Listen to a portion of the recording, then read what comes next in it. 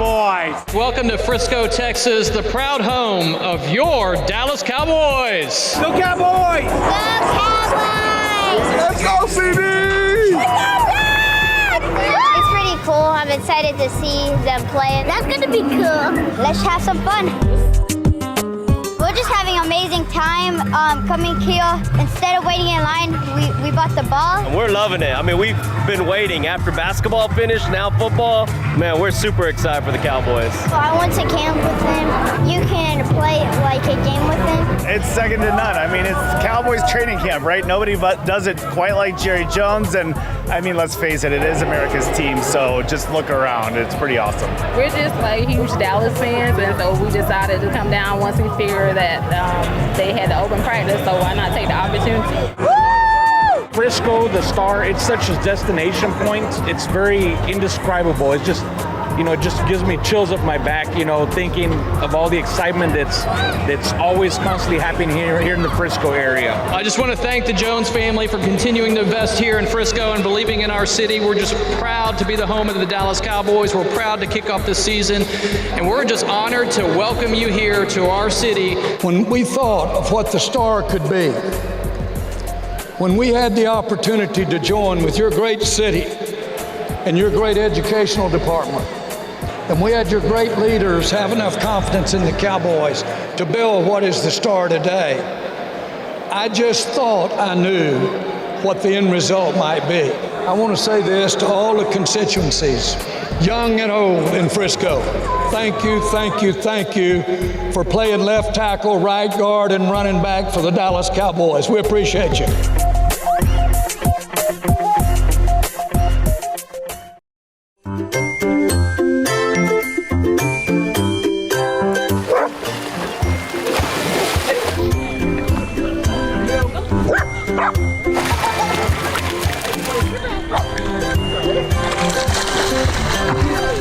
The dogs know they're here to just be at a big party and enjoy each other. You having fun? Yeah, it's just good. So exciting to get to watch them do zoomies. They just meet and now they've got best friends for life.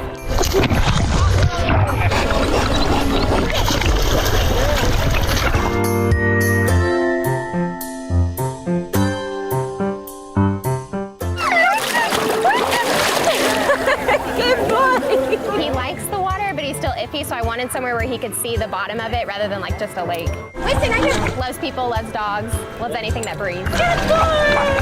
He had so much fun. He couldn't decide if he wanted to play with dogs or if he wanted to swim. Woo, good job!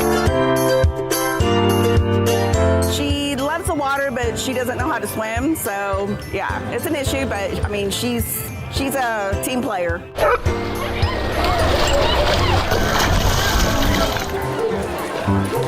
We as a department are all about play your way, and a lot of us playing is playing with our dogs. So to be able to open up the water park for them so they can have that extra experience is a great new play your way. It's just another experience to bond with my dog. I love that City of Frisco lets us use the pools for the dogs, at least at the end of the year. I think this is such a cool opportunity to experience something within the community with a family member for fur babies.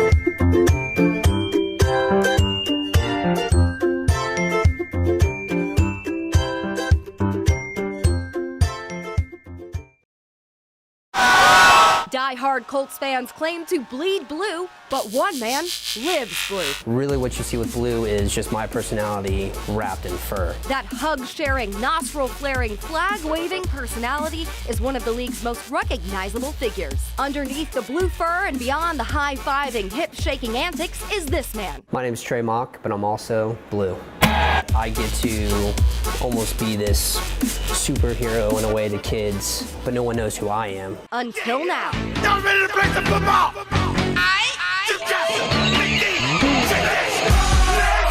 The Georgia native's path to 10-year NFL veteran isn't much different than those of the players he runs out onto the field with each home game. Always an athlete, Mock was drawn to the role of Aubie, the Tiger, at Auburn. And just like any NFL prospect, teams seek talent from the top college programs. I look back now at videos of when I was Aubie, and well, let's just say I've grown a lot since then. The Falcons recruited Mock to Atlanta before he even finished his final college credits. I thought I can always go back and finish school, but I might not ever have this opportunity again. A stint in Buffalo followed. Then, Indy called, wanting to create a character. I just thought that was an amazing opportunity. It would be a character that I got to design. I get to design my own school shows and really take it from the ground up. Blue was born.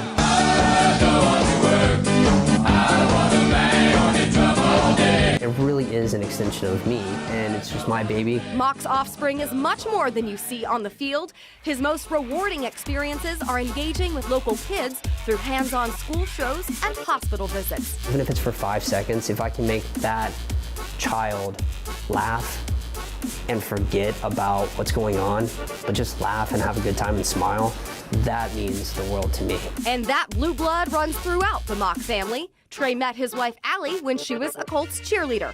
They'll welcome baby number 2 in January. At the end of the day, want to do the best job that I can here, but more importantly, I want to be the best dad that I can be and the best husband that I can be. As a father, Mock aims to share his passion with the next generation. If I can do it long enough for my son to do junior blue, which is probably another 3 or 4 years, just to be able to be on the field and for him to kind of experience what daddy does for a living. But this colt doesn't plan to be put out to pasture anytime soon. As long as my heart's beating, I'll be the one inside the costume. I'm worried about being the best mascot I can be and trying to do everything I can for the team and the community, and I think that'll take care of itself. Lara Overton, Fox 59 News.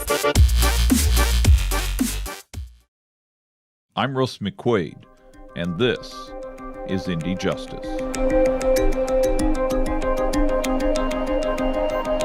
He was controlling, abusive, and she was trying to get away. I thought he was a decent guy. She kept saying, I don't want to go home, I don't want to go home. And I told her, don't come home.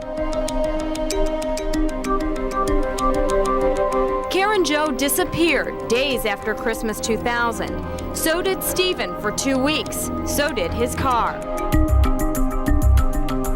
No way on earth that Karen Jo Smith would have left those 2 kids there. He had seen drag marks from the back door out towards the alley. I knew that once he got her alone, he would kill her. He had promised. There's going to be 2 things that's going to happen. We're going to bring Steve Halcomb to justice. We're going to find her daughter, Karen.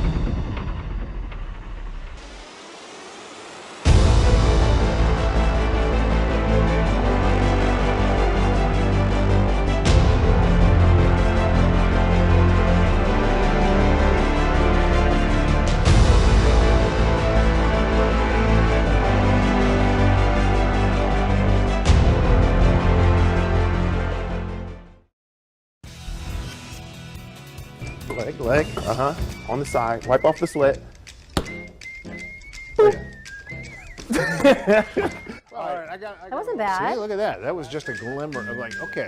I got this. Zeus could do it. I could do it. Remember when we had the Harlem Globetrotters coming to Indy last month? One of their players, Zeus, stopped by to teach me a few tricks. If I'm not mistaken, Ray, he challenged you to take it to the court. He did. Yes, he did. You saw my beginner lesson there, but one of my skills that you just saw demonstrated there, good enough to get hired with the one and only Harlem Globetrotters. Check it out in our last segment. Airball. Of Hire to Fire. Airball.